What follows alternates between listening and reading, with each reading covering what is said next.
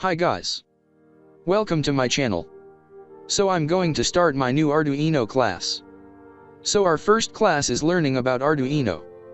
Okay guys, before we talk about the lesson, I want to say this is my first blog or website, which is in the description below. So let's start.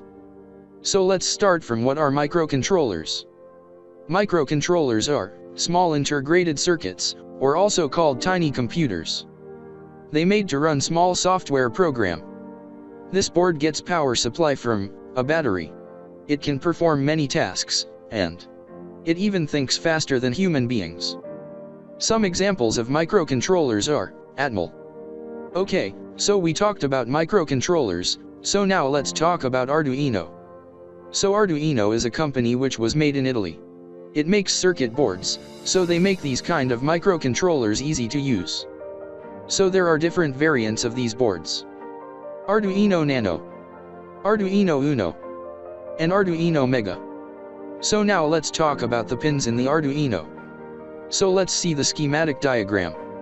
So as you can see in the diagram, there are set of digital and analog pins.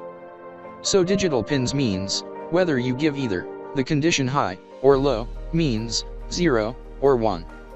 So 0 means off, and 1 means on.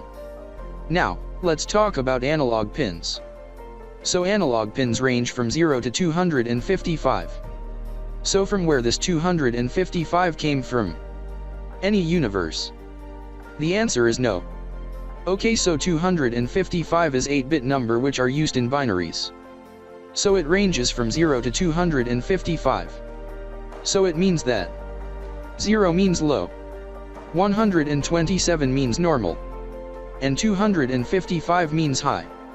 So we now completed the hardware part. So in our next class, we will learn about the Arduino software. Thanks for watching my video. Meet you in next class.